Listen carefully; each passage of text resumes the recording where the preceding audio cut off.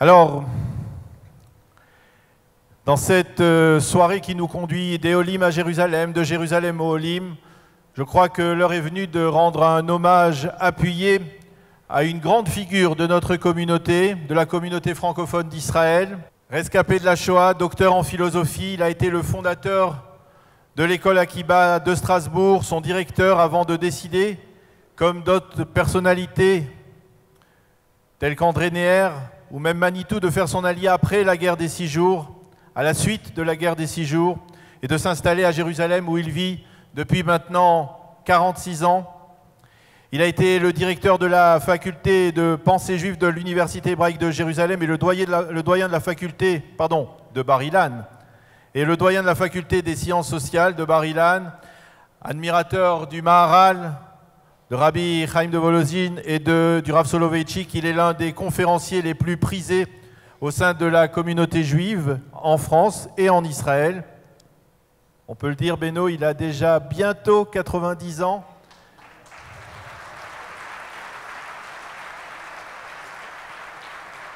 Mais beaucoup de ceux qui sont présents ici se souviennent certainement avec quelle vivacité d'esprit, avec quelle clairvoyance il nous a expliqué il y a quelques mois sous la souka du Knef, justement, à Hoshana Rabbah, sous la souka du Knef et du centre Yair, la signification spirituelle des événements qui secouent actuellement l'Europe, le Moyen-Orient et Israël.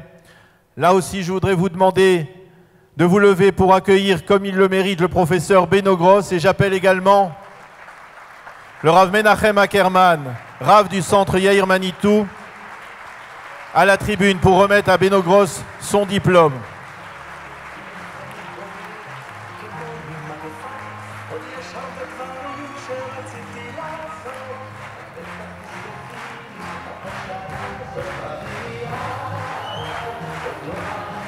Et Madame Gross aussi.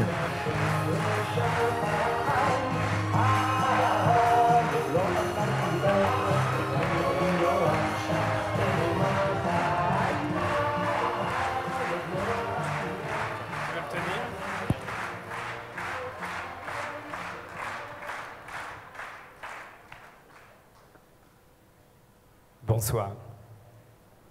Nous sommes tous émus.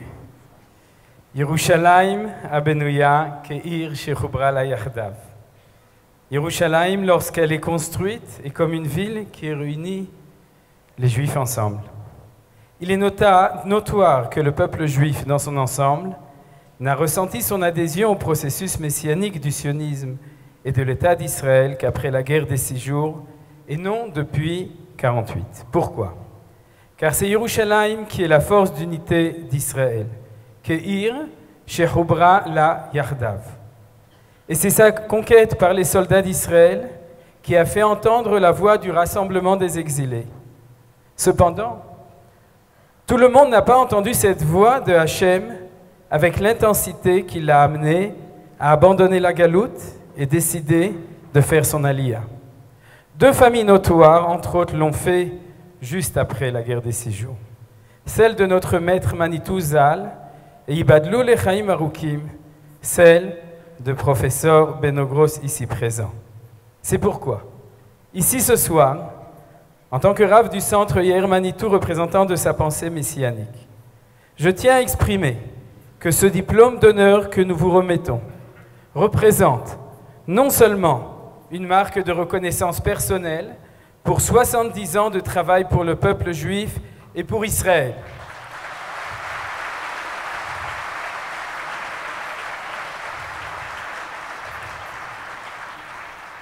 mais aussi le fait que vous soyez l'étincelle, le réchit, les prémices de cet extraordinaire mouvement de retour à la Torah et au pays d'Eretz Israël. Ce mouvement qui, 48 ans après, est devenu un fleuve de Aliyah que nous fêtons ce soir dans notre sainte ville de Yerushalayim, Ir HaKodesh. Que Akadosh Baruch Hu vous accorde, à vous et à Myriam, votre femme, une longue vie encore, la force et la joie de pouvoir influencer le Klal Israël Benachat. Amen, Ken Yehi Ratzon.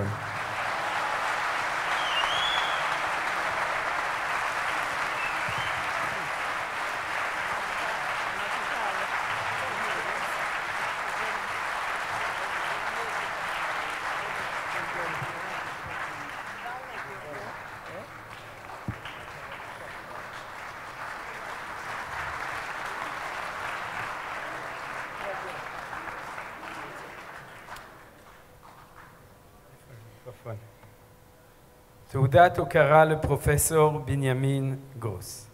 ירושלים הבנויה כעיר שחוברה לה יחדיו, עיר שעושה את כל ישראל חברים. כמו ירושלים, בענווה וברגישות המחברת בין בניה. כמו ירושלים, ברחבות הדעת והלב המקרבת את מבקריה. כמו ירושלים, המורה והמחנכת את כל תלמידיה, אתה מאגד בתוכך את כל עוצמתה של ירושלים. כמעיין המתגבר, המדלה ומשקה דרך יובליו השופעים, מעניק לכל שומעיו המקשיבים וקולטים בשקיקה. מוצאים את עצמם מובלים אל מקורם הטבעי, אל האושר. מאחלים לך, פרופסור בן גרוס היקר, ולרעייתך מרים היקרה, רוב אושר ונחת, בהמשך נתינה אינסופית. בשם כל המקבלים באהבה רבה, מרכז יאיר מניטו.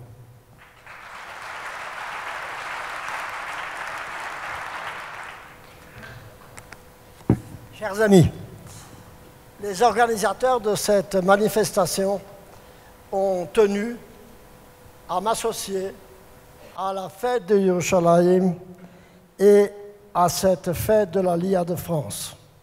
C'est une occasion pour moi pour vous saluer tous ceux qui ces dernières années, ces dernières décennies même, sont venus rejoindre ceux qui depuis longtemps ont compris leur appel. Vous tous, vous sommes là, nous tous, à un certain moment de notre existence, nous avons entendu l'appel qui déjà était celui qui avait retenti aux oreilles du premier juif Abraham, « Lech lecha me'artzecha u'moladtecha el haaretz asher areka »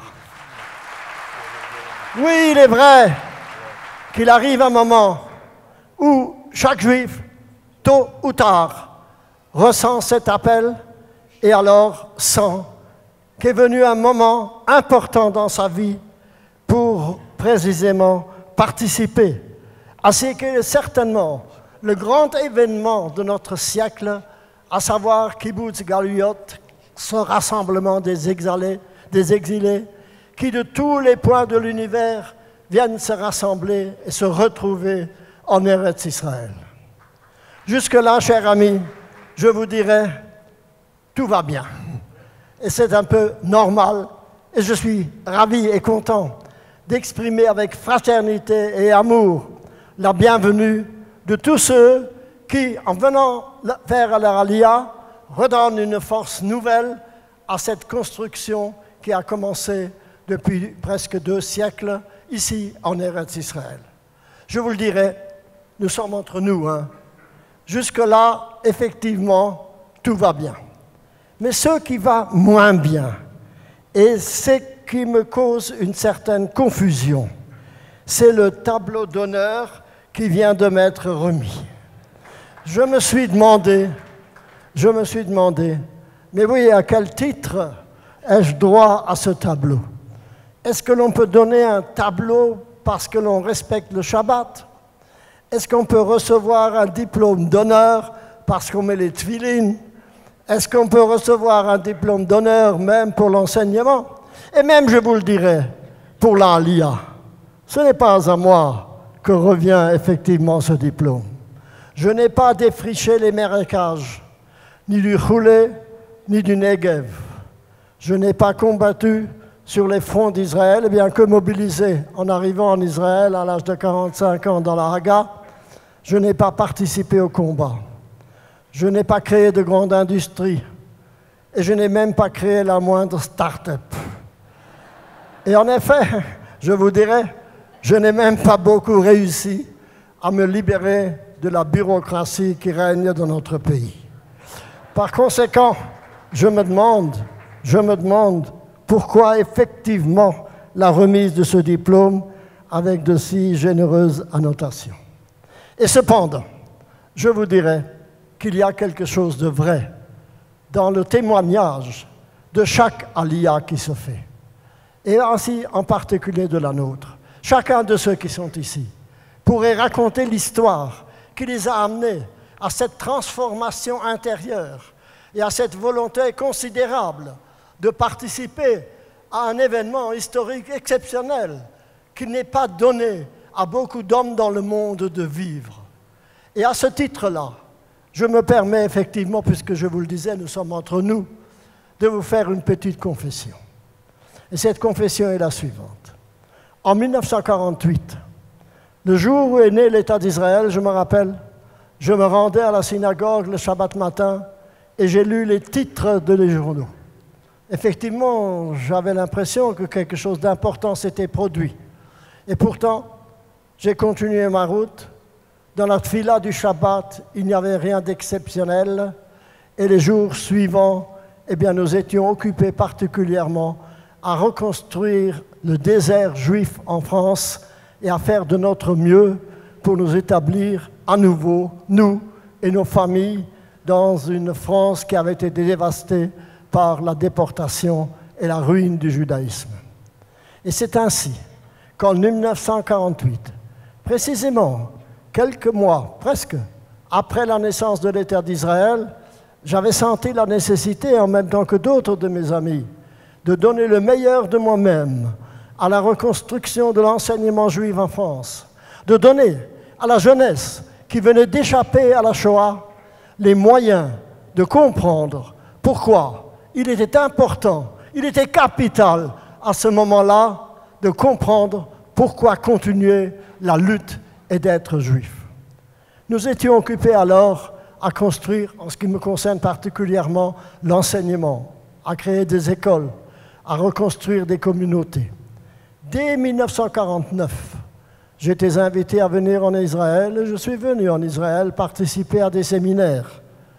En 1949, mon épouse, qui n'était pas encore mon épouse, a également fait la démarche de venir en Israël.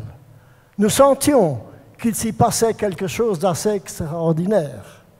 C'est ainsi que même en 1957, toute notre famille est venue passer une année d'Ishtalmout, de perfectionnement en Israël, à la yeshiva, à l'université, à participer et à améliorer notre hébreu, à participer à la vie du pays, à la simplicité alors de la vie du pays, à l'ouverture de ses habitants et à leur dévouement extraordinaire à la cause, m'a animé d'un idéalisme sans réserve. Et pourtant, voyez-vous, à travers tout cela, nous étions à la fois attirés et d'un autre côté, nous sentions une polarité vers la diaspora, une responsabilité envers la diaspora, mais pas seulement, aussi un certain attachement à la culture, à la langue, au travail que nous faisions, à l'établissement de notre famille.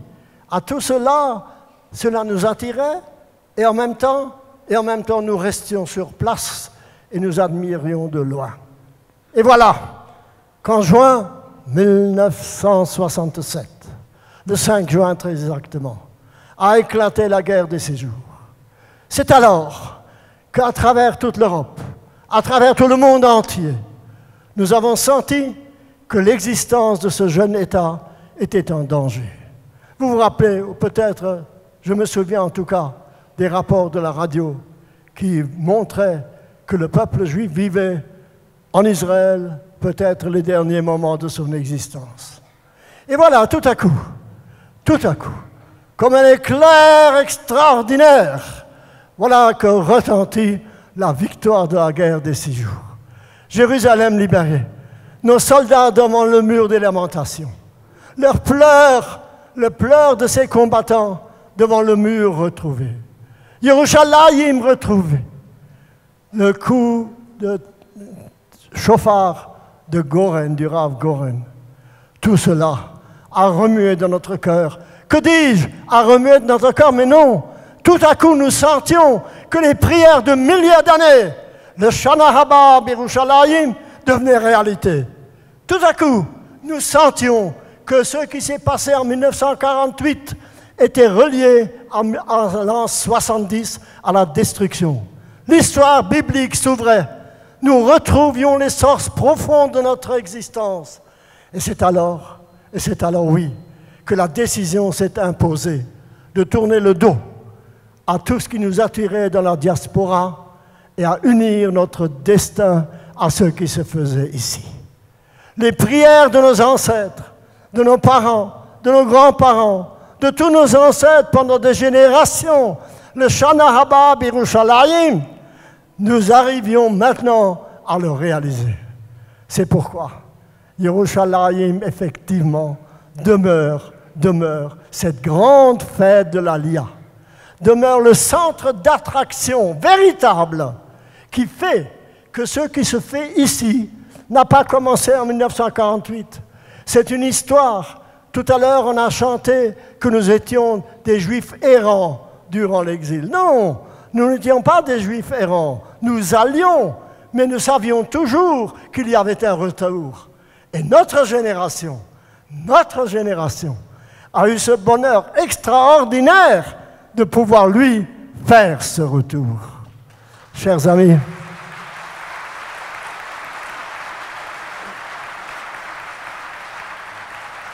c'est ainsi. D'ailleurs, poussé d'une façon tout à fait remarquable par mon épouse, soutenu par toute notre famille, que depuis 46 ans, nous vivons à Yerushalayim. Je pourrais continuer longuement à parler de Yerushalayim et de l'Aliyah, mais je ne le ferai pas. Je vous raconterai juste une histoire, et c'est la suivante. Dans les frères Karamazov de Dostoïevski, l'auteur russe, lecteur attentif de la Bible, chrétien, orthodoxe, met en scène un père, commandant de l'armée, au chevet de son fils Ilyusha, profondément malade, gravement malade. Le petit Ilyusha va mourir dans quelques instants. Il saisit la main de son père et il lui dit « Papa, lorsque je serai mort, choisis-toi un autre enfant. Appelle-le Ilyusha et aime-le comme tu m'as aimé. » Et alors le père s'écrie « Ilyusha, il n'y a pas d'autre que toi. Si je t'oublie au Yerushalayim, que ma droite m'oublie. » Ce lecteur de la Torah, ce lecteur de la Bible, avait compris que Yerushalayim était irremplaçable. Et pour exprimer l'amour pour ce fils qui le quittait, il n'a trouvé d'autre expression que celle que nous-mêmes, notre peuple, durant des milliers d'années, n'avait cessé de répéter comme dans un rêve et dans un mythe, le Shana Haba Yerushalayim. C'est pourquoi Yerushalayim est l'irremplaçable. Ce que nous avons compris ce jour-là, c'est que, en face d'autres Jérusalem, celle de Salonique, celle de Strasbourg, souvent ironiquement, celle de Meknès, celle de Fès, celle de la Lituanie, en réalité, ceux qui sont là ce soir ont compris profondément qu'il n'y a pas d'autre que Yerushalayim et que par conséquent, la poursuite de notre histoire passe par l'histoire de Yerushalayim. Ne croyez pas, nous qui sommes réunis ici ce soir, que la lutte est terminée. La lutte pour Yerushalayim continue. Elle est, elle, significative de notre présence ici. Et comme vous l'affirmez, vous, par votre présence, par la confiance que vous avez mise dans l'Aliyah, de participer vous-même, nous-mêmes, tous ensemble, à la création, Yerushalayim continuera à être la lumière du monde et à indiquer au monde entier quelle est la signification de notre retour ici, la lutte pour le judaïsme, mais la lutte aussi contre la barbarie et pour le sauvetage de l'homme. Merci à vous tous.